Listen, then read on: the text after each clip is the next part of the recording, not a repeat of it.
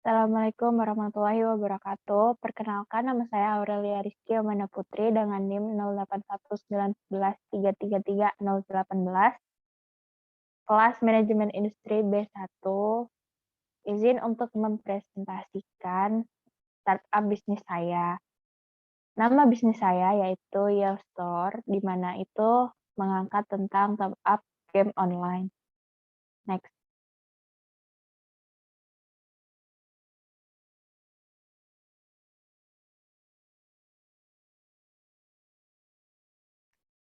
Bab 1, pendahuluan, yaitu latar belakang bisnis saya.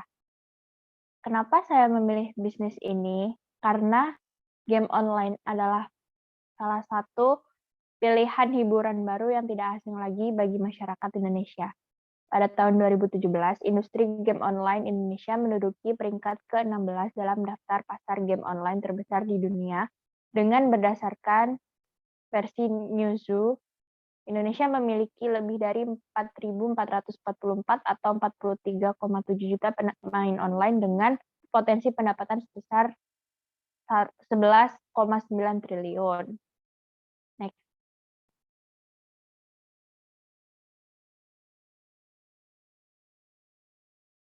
Hal ini dikarenakan untuk mencapai tujuan setiap anggota tim harus memiliki strategi bersama untuk membantu mengalahkan lawan mereka, yang dimana itu membuat game online menjadi lebih seru. Nah, dari situ Oyel Store mencoba mengambil peluang tersebut untuk mendapatkan keuntungan dengan membuka peluang top up game online seperti Mobile Legends, PUBG, Free Fire, Valorant, dan game online lainnya. Next.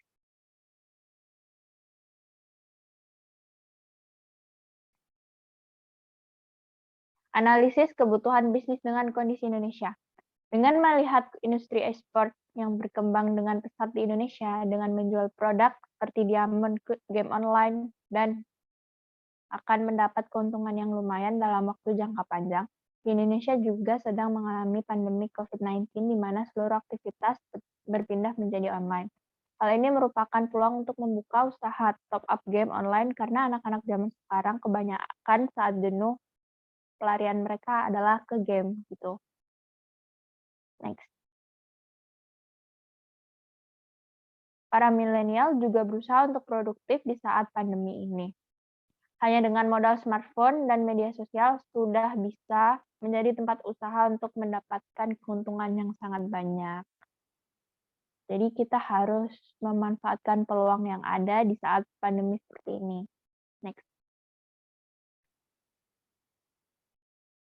Berikut beberapa game online yang bisa dijadikan produk untuk top up diamond dan lain sebagainya. Seperti Mobile Legends, Free Fire, Valorant, gitu. Next.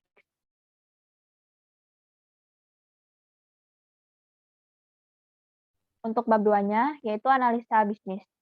Target jumlah pengguna setiap bulan. Dalam bisnis ini, para pemain game online yang ingin estetika yang lebih menarik dari player yang tidak top up akan mendapatkan sesuatu benefit yang mana akan memengaruhi dari akun dari player yang top up. Apabila ada suatu event, biasanya para player ada yang tertarik untuk top up game tersebut. Jadi di situ juga bisa menambah performa player tersebut dalam bermain game agar lebih semangat gitu. Pada bisnis ini biasanya melayani pre-order sebelum adanya suatu event dalam game online tersebut. Biasanya membuka pre-order untuk 50 slot pembeli pertama dengan harga yang lebih murah dari pasaran untuk menarik para pembeli. Kemudian ada juga yang melayani pembelian top up seperti paket Fast dan paket Sultan. Dengan melihat kondisi player di Indonesia cukup banyak dan beragam, sehingga akan mendapatkan keuntungan yang lumayan. Next.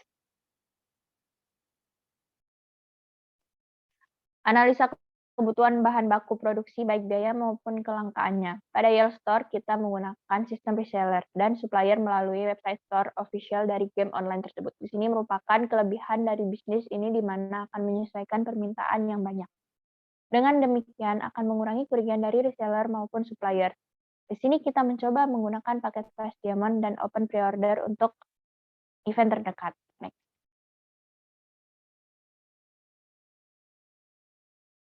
Di sini terdapat gambar paket saya untuk mempromosikan Diamond Mobile Legends di Instagram. Di sini ada contoh 86 diamond dengan harga 25.000. Di sini saya mengambil contoh itu karena rata-rata penjual diamond tuh menaruh harga lebih mahal daripada store saya. Jadi di situ saya mencari strategi bagaimana caranya agar pembeli dapat meminati usaha saya gitu. Next. Bab 3 untuk produksi. Di sini terdapat 3 macam produksi, yaitu yang pertama desain. Pada bagian desain akan meliputi laptop, PC, software, internet, dan smartphone. Lalu yang kedua produk, terdapat produk kebutuhan para player game online seperti Diamond, PC, dan Starlight. Dan yang ketiga pemasaran. Pada proses pemasaran meliputi seperti Instagram, TikTok, Facebook, Twitter, dan lain-lain. Next.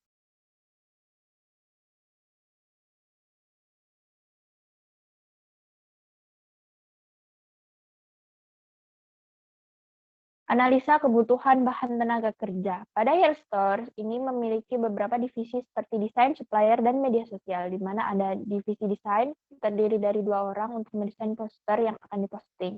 Divisi supplier terdiri dari 2 orang untuk mengkontrol supplier ketika ada permintaan yang masuk. Dan divisi media sosial terdiri dari 2 orang untuk promosi, posting, dan interaktif dengan pelanggan.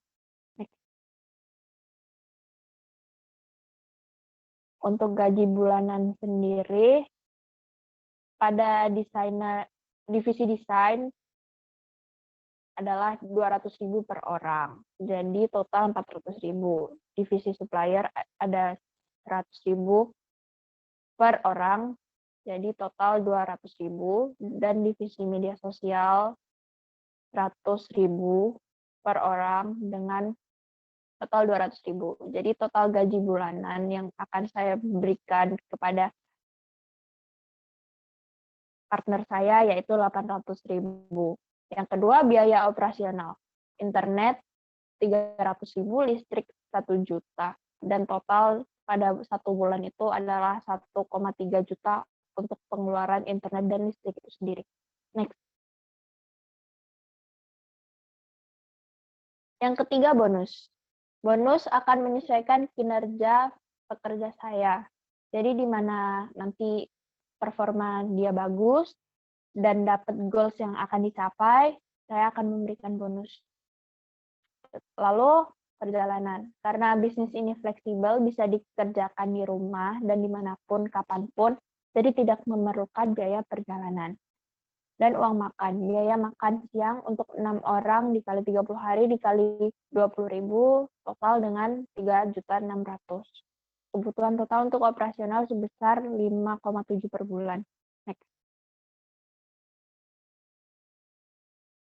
Kebutuhan biaya awal, peralatan kerja, laptop disiapkan oleh pekerja, smartphone disiapkan oleh pekerja. Sebenarnya saya juga bisa memodalkan itu, tapi karena ini baru startup, dan saya baru merintis, jadi untuk sekarang saya masih mencoba menggunakan kepercayaan pekerja saya. Rumah, karena ini bisnis fleksibel, jadi ini bisa dikerjakan di mana saja dan kapan saja, seperti yang saya bilang tadi. Next. Untuk bab 4 adalah analisa biaya investasi. Yang pertama, kebutuhan biaya selama belum menghasilkan pemasukan, yaitu operasional sebesar 5,7 dikali misal setahun, yaitu 68.400.000. Biaya sosialisasi, karena kita menggunakan media sosial online, jadi sebisa mungkin menggunakan internet pekerja. Dan di situ saya juga akan memberi modal untuk internet pekerja saya. Next. Untuk yang ketiga, biaya rekrutmen pegawai. Sebisa mungkin tidak digunakan biaya karena menggunakan mekanisme online. Jadi di situ nanti saya buat sebisa mungkin dan sefleksibel mungkin dilakukan secara online semua karena pandemi ini tidak memungkinkan diadakannya kegiatan offline. Next. Bab 5 untuk analisa pertumbuhan. Analisa pertumbuhan setiap tahun dibuat dalam 5 tahun, yaitu target 200 tahun hingga target 240 pelanggan tiap tahunnya. Pelanggan tetap. Next. Target pendapatan tiap tahun senilai 96 juta di tahun pertama, 100 juta di tahun kedua, 105 juta di tahun ketiga, 110 di tahun keempat, dan 114 juta di tahun kelima. Next. Analisa pesaing dan kompetitor. Sejak pandemi melanda di Indonesia, bisnis top-up game online ini sudah berkembang dengan pesat yang dibutuhkan cukup inovasi dan kreativitas. Tentunya akan banyak bermunculan pesaing di e-store ini. Menyajikan metode yang up-to-date seperti pembayaran bisa dilakukan di mana saja dan kapan saja seperti melalui transfer and banking, mesin ATM, hingga minimarket terdekat. Juga untuk melakukan transaksi dapat melalui website dari e-store, sehingga para pelanggan akan tertarik dengan metode dari e-store ini. Next. Analisa regulasi yang menghambat. Karena bisnis ini menggunakan media online, yang menjadi hambatan adalah saat mencari supplier dengan harga yang cocok dengan pemilik toko. Oleh sebab itu, diperlukan adanya tawar-menawar antara supplier dengan pemilik toko agar sama-sama memiliki standar harga yang menyesuaikan di pasar Indonesia. Bab 6 untuk analisa cash flow. Yang pertama, biaya total investasi. Kebutuhan investasi sebelum mendapatkan profit yang cukup adalah operasional pada bulan ketiga, yaitu 5,7 dikali 3 bulan pertama, jadi total 17.100.000. Dan yang kedua, keuntungan investor jika bergabung, yaitu senilai 96 juta. Dan misalnya senilai 100 juta ditambah 15 juta, yaitu 115 juta di tahun kedua. Next. Dan di tahun kelima juga saya akan menarget senilai 114 juta ditambah 330 juta. Jadi total pendapatan yang akan saya dapatkan di 5 tahun ke depan dengan target yang saya tentukan yaitu 444 juta.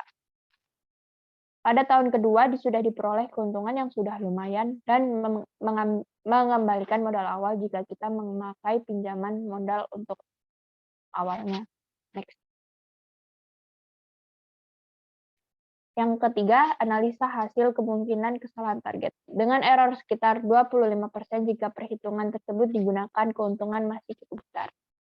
Next.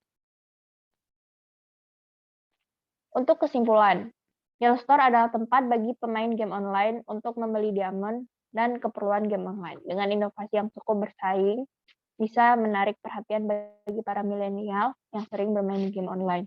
Toko ini juga menjadi bisnis yang berkembang di kala pandemi seperti ini.